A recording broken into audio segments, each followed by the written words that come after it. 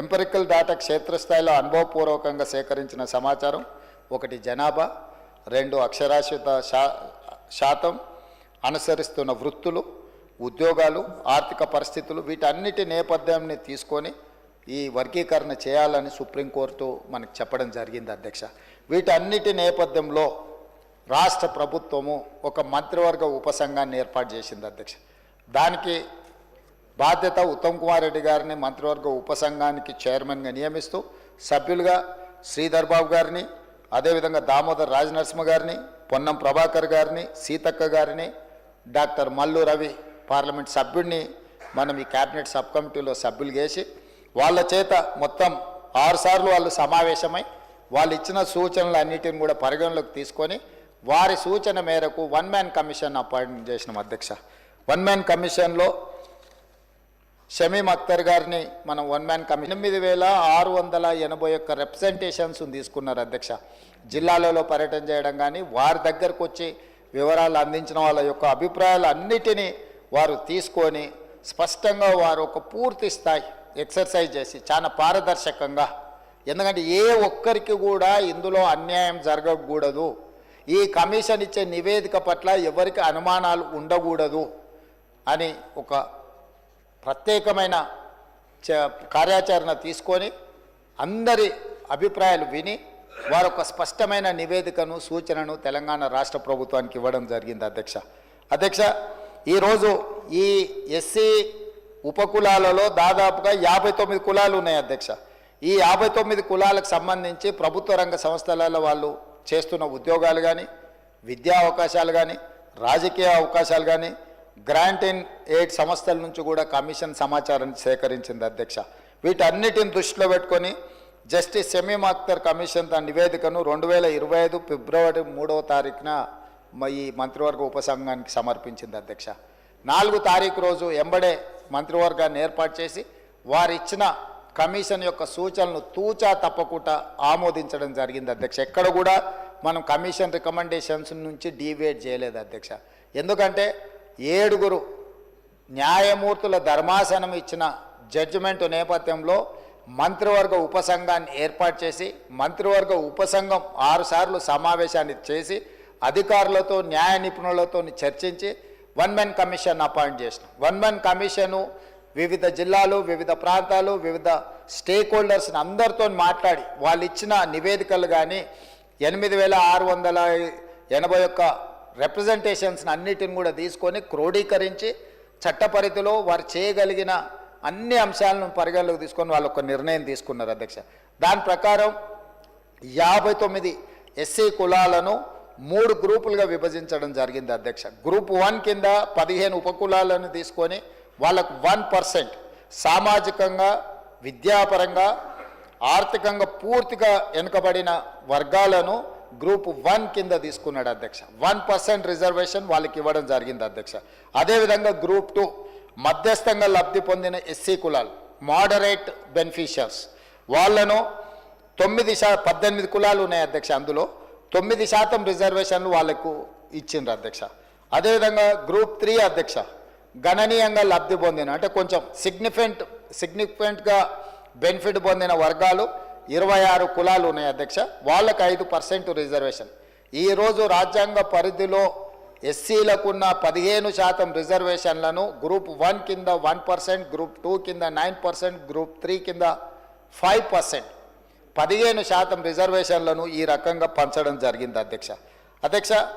ఈరోజు ఎడ్యుకేషన్లో కావచ్చు, ఎంప్లాయ్మెంట్లో కావచ్చు, పొలిటికల్ రిజర్వేషన్స్ కావచ్చు, ఆల్ అదర్ రిజర్వేషన్స్ అన్నిటిని కూడా పరిగణలోకి తీసుకొని ఈరోజు ఈ ప్రభుత్వము ఈ నివేదికను తీసుకొని వచ్చి మీ ముందు పెట్టడం జరిగింది అధ్యక్ష. అందుకే అధ్యక్ష ఈరోజు ఈ చారిత్రాత్మకమైన సందర్భంలో ఒక మంచి నిర్ణయం మనం తీసుకున్నప్పుడు ప్రతిపక్షాలన్నీ కూడా ముందుకు వచ్చినాయి. ఈరోజు కృష్ణమాదిగతో మొదలు పెడితే చాలామంది 30-35 సంవత్సరాలలో ఈ ఉద్యమంలో చాలామంది పాల్గొన్నారు అధ్యక్ష. ఈ ఉద్యమంలో కూడా చనిపోయినారు. ఇంతకుముందు పెద్దలు దామోదర్ రాజనరసింహ గారు చనిపోయిన కుటుంబాల గురించి ఆలోచన చేయాలి అని వారు అన్నారు. ఎస్, తెలంగాణ ఉద్యమంలో చనిపోయిన వాళ్ళను లేదా మాదిగ ఉపకులాల వర్గీకరణకు సంబంధించి ఉద్యమంలో ప్రమాదవశాత్తు చనిపోయిన వాళ్ళని ఆదుకునే అవసరము, బాధ్యత ఈ ప్రభుత్వానికి ఉన్నది. నేను తమరి ద్వారా వారికి మాట ఇస్తున్నా. రేపు ఇందిరమ్మ ఇండ్లు ఇచ్చే దాంట్లో ఈ కుటుంబాలకు ఖచ్చితంగా మొదటి ప్రాధాన్యత కింద ఇందిరమ్మ ఇండ్లు ఇవ్వాలి ఆ కుటుంబాలకు. ఎందుకంటే పిల్లలు చనిపోయింటారు, తల్లిదండ్రుల పరిస్థితి ఏ విధంగా ఉందో తెలియదు, కుటుంబ సభ్యుల పరిస్థితి ఏ విధంగా ఉందో మనకు తెలియదు. కాబట్టి వాళ్ళకు ఖచ్చితంగా ఇందిరమ్మ ఇండ్లలో మొదటి ప్రాధాన్యత కింద మనం వాళ్ళను ఆ కుటుంబాలను ఆదుకోవడానికి ఇల్లు ఇవ్వాలి అధ్యక్ష.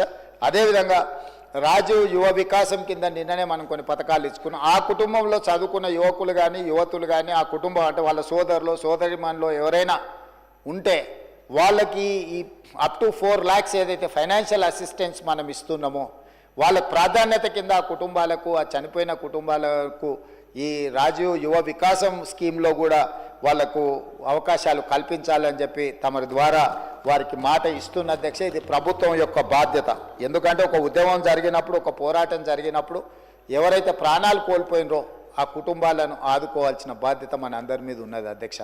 అందుకే అధ్యక్ష ఈరోజు ఏ నిర్ణయం తీసుకున్నా 51% ఆమోదిస్తే సరిపోతుంది ప్రజాస్వామ్యంలో. కానీ ఈ నిర్ణయంలో 100% అందరూ ముందుకొచ్చి నిలబడి ఈ వర్గీకరణకు సంపూర్ణంగా మద్దతు పలికినరు. ఇకనైనా ఈ సమస్యకు శాశ్వతమైన పరిష్కారం దొరుకుతుంది. ఈ చర్చలో పాల్గొన్న వాళ్ళందరూ బీఆర్ఎస్ కావచ్చు, బీజేపీ కావచ్చు, ఎంఐఎం కావచ్చు, సిపిఐ కావచ్చు, బయట ఉన్న చాలా సంఘాలు కూడా ఈరోజు ప్రభుత్వం తీసుకుంటున్న ఈ చర్యల్ని సమర్థిస్తున్నారు. కాబట్టి అదేవిధంగా మా మిత్రులు వివేక్ వెంకటస్వామి గారు రిజర్వేషన్ పర్సంటేజ్ని 15 నుంచి 18% పెంచాలి పాపులేషన్ అని అన్నారు. ఎస్, వాళ్లకు దామాషా ప్రకారము జనాభా ప్రాతిపదికన రిజర్వేషన్లు పెంచాల్సిన బాధ్యత ప్రభుత్వాల మీద ఉన్నది. 2026 జనాభా లెక్కలు పూర్తి కాగానే ఆ పర్సంటేజ్ ప్రకారం రిజర్వేషన్లు పెంచడమే కాకుండా దామాషా ప్రకారం ఆ రిజర్వేషన్లని ఈ గ్రూప్ 1, గ్రూప్ 2, గ్రూప్ 3కి పంచే బాధ్యతను మన ప్రభుత్వం తీసుకుంటుందని చెప్పి సభ ద్వారా వారికి స్పష్టంగా నేను చెప్పదలుచుకున్నాను అధ్యక్ష. ఎందుకంటే ఒక రిజర్వేషన్ పెంచాలంటే ఇప్పుడు మన దగ్గర ఉన్న డేటా, మన దగ్గర ఉన్న సమాచారం 2011 యొక్క జనాభా లెక్కలు మాత్రమే మన దగ్గర ఉన్నాయి అధికారికంగా. ఆ తర్వాత జనాభా లెక్కలు జరగలేదు. కాబట్టి రిజర్వేషన్లు పెంచడానికి ఒక సహేతుకమైన విధానం ఉండాలి. ఇప్పుడు కేంద్ర ప్రభుత్వం తిరిగి జనాభా లెక్కలు మళ్ళీ మొదలు పెడుతుంది.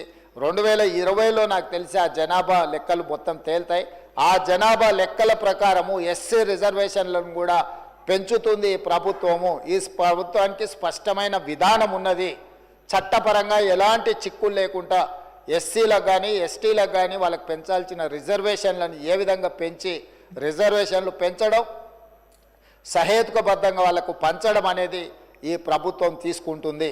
కాబట్టి ఈరోజు నేను ఈ జాతులకు నేను మాట ఇస్తున్నా, ఈ ప్రభుత్వం ఇందిరమ్మ రాజ్యంలో మీకు అన్యాయం జరగదు.